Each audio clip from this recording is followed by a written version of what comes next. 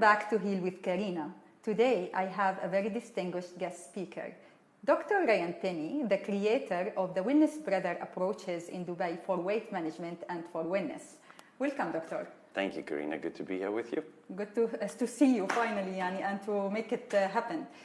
Thank you, Doctor, for the nice knowledge offered here. And it was so exciting to go through all the comprehensive knowledge, behind the Wellness Brother approaches for weight loss. Now, for my other type of audience that are having concerns in their weight gain thing, they work so hard from morning to evening, and they are unable to add 1 kilo because of their stress and ability to have good shares of food and different reasons. What do you advise these people to do? Okay, so that certainly is a condition that we see from time to time, and as you say, typically men, okay? Yeah. What happens there is actually quite simple. I've yet to see one of those kinds of cases that is not an individual who, when they are under stress, they lose their appetites, right? So you get the kind of person who tends to, when they're under pressure, eat more, and they typically gain weight, and they're the majority. Then you get these other cases where the person, again, is so stressed, they don't have time, they're not eating, and the result, as we understood before, they are sitting with situations where they sit with a calorie deficit. Yeah. A calorie deficit is going to mean that the body's going to adapt to this lower energy intake, and it's going to do that by losing muscle and basically being very on the lean side. So this is a natural outworking of somebody who's going to be stressed and not eating, okay? So first thing is they need to understand what's happening. If the audience is listening and this is something that they struggle with, if I ask them, how much do you eat? The majority of them will say a lot. And you'll say, well, that doesn't make any sense. And the reality is they're not eating a lot. They feel they're eating a lot because when they don't have the appetite, anytime they do eat feels like an effort. Or they have to remind themselves, I need to eat. So they tend to think they're eating a lot, but the body is telling them, you're not. So how does one go ahead and deal with that? The reality is it's actually simple, it's just not necessarily easy, okay? The simplicity is they have to eat more. Yeah. And with the increase in calorie intake, they find themselves in an anabolic state. In other words, a state that's going to build. Yeah. Now they need to do the accompanying physical activity that facilitates an adaptation of the body to grow muscle. Yeah. So in essence, the simplicity is they need to eat more, right? Hopefully of the right things, okay? But calorie overall is the key. Increase, and then increase the resistance exercise that they're going to do. Now, the bottom line is pretty much everybody knows that. Well, even those kinds of people know that. But that's why I said it's a simple solution in principle, but the difficulty is how do they go ahead and do that when they don't feel like they have the time or the desire to eat? Well, unfortunately, it's one of those that comes down to just self-control. Yeah. They have to plan and schedule. I need to go ahead and eat these. Do you advise shakes, for example, meal replacements? Right. Typically, if the person is going to find it easier to go ahead and make a shake and then take that as opposed to preparing a meal or ordering a meal, by all means. The key, again, is the calorie content high enough? Now, my only challenge with shakes from that side is they tend to be loaded with fillers and things that I ordinarily wouldn't say are good and healthy for you. But at the end of the day, it's that person's decision. Do they want to go ahead and have a convenient way of increasing their calorie intake? And shakes and bars and these kinds of things can help. Yeah. Again, each person must make that call for themselves. So when it comes for muscle building, yes. If I were a man, I would Yes. have taken the amino acids instead of a shake. I don't know if you agree with me. Right. Yeah. So you need to recognize there's a lot more to it than that. For example, amino acids is simply broken down protein, right? The problem with taking just amino acids is they're very low in calories, right? So there's hardly any calorie component to that. So if a person is taking amino acids, but they're still in a calorie deficit, the body is not going to build muscle, even if you're taking amino acids. Yeah. You can try and tweak that a little bit by saying, I'm going to take something immediately before and immediately after my workout to try and enhance my body's utilization of these things. Fine. Yeah. But the bottom line is, if you're not supporting that with an increased calorie intake through the rest of the day, it's not going to get the job done. Certainly not to the degree that people want it. Yeah, excellent. Okay, doctor, it was like so nice until now, and here I see some books. One I know, which is the No Sweat, and I read, and the other one, which you will give me right now, is something bigger, and I didn't read until now. It's written by you and by your brother Sean Penny. Yes. So my first question: what makes like a good set of like a weight loss plan? Okay, so when we wrote these two books, they were addressing different elements that are important in understanding general health, but weight loss as well. So if a person says to me, what's the best weight loss plan? In my opinion, it's this: the best plan that you can follow consistently that produces a calorie deficit. Now, what is that? Well, there are many, many options. So you have to factor in what is the dietary component. Ideally, we like to say you need to eat healthily. Well, everybody knows that. Well, what does that mean?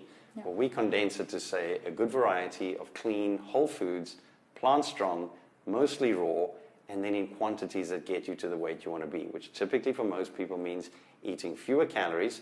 That might be eating larger volumes of fruits and vegetables and these kinds of things. So you are not with the keto or Hunter diet? Definitely not.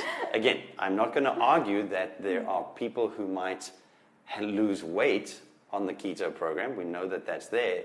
My question is it a healthy way to go ahead and do that, and is it sustainable? And my opinion is no and no.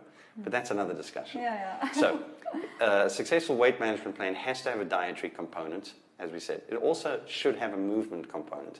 Movement, ideally in the form of exercise, which is a condensed period of increased physical activity, whether it's cardio or whether it's resistance, or ideally a combination. That would be good. But in between that, we must make sure that the non-exercise activity is high as well. In other words, people must sit as little as possible. So when you combine the physical activity, both exercise and non-exercise, that's very, very important. And the easiest way to do that is to try and have a person say, I'm going to aim to have at least 10,000 or 12,000 steps a day. These are all things people know, okay? Yeah. So we've got an eating component, we've got a movement component, then we've got another intervention component, which would be, does this person supplement properly for just good general health and well-being? And are they taking anything that might facilitate or enhance the weight loss process? Yeah. And there are things that can go ahead and facilitate fat burn. There are things that can reduce appetite. Those are the two main things that we'd be looking at in support. So we've got a dietary part, a movement part, and a supplement component. Proper assessment is essential. So are you measuring things, and are you seeing that things are tracking the way you want them to be? So you maintain your energy and health as well, not only... It's key. We approach it from the perspective of wellness first, so a wellness methodology to produce a weight loss outcome, which then produces further wellness. So that, from our perspective, is a must. Then weight management. Healthy weight management for better health. Yeah. That's exactly. how we would probably it's a cycle, say. Yeah. Right. So we look at that and say assessment is also important.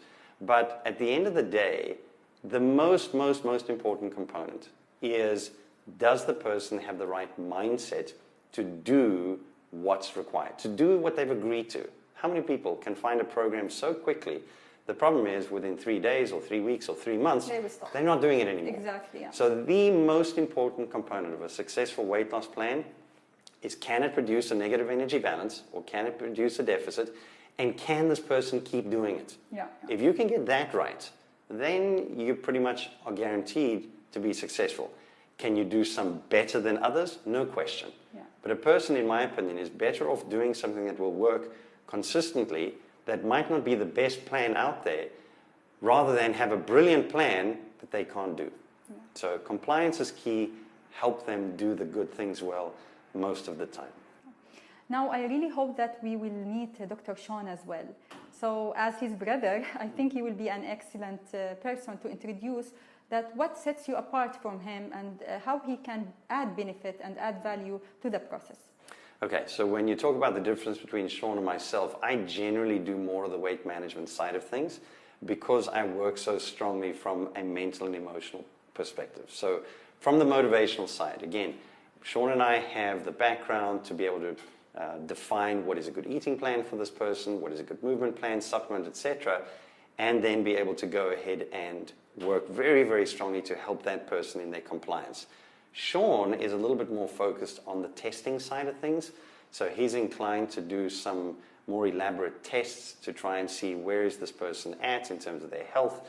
So he approaches it a little bit more from that side, Yeah. and I approach it a little bit more from the behavioral side.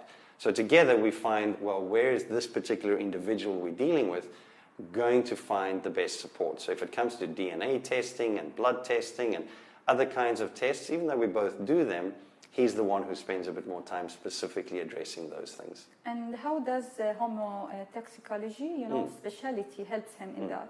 Well, homotoxicology is just an advanced form of homeopathy. It's sort of a bridge between conventional medicine and homeopathy. And there are times, again, whether it be from a detox perspective or a therapeutic perspective for some of those comorbidities that a person has, Sean is very, very helpful in, again, addressing weight where it's associated, again, with diabetes or hypertension or, again, cholesterol problems, as we said, the dyslipidemias. Sean is able to use homotoxicology, forms of homeopathy, to support the whole management of those particular patients. Excellent, doctor. Thank you so much, doctor. As a final statement, what would you like to say for my viewers in Heal with Karina? Well, thanks for having me, first of all. I appreciate it. Welcome. The basic thing that I like everybody to understand is you are what you do. You are what you do. In other words, what you have is the result of how you live.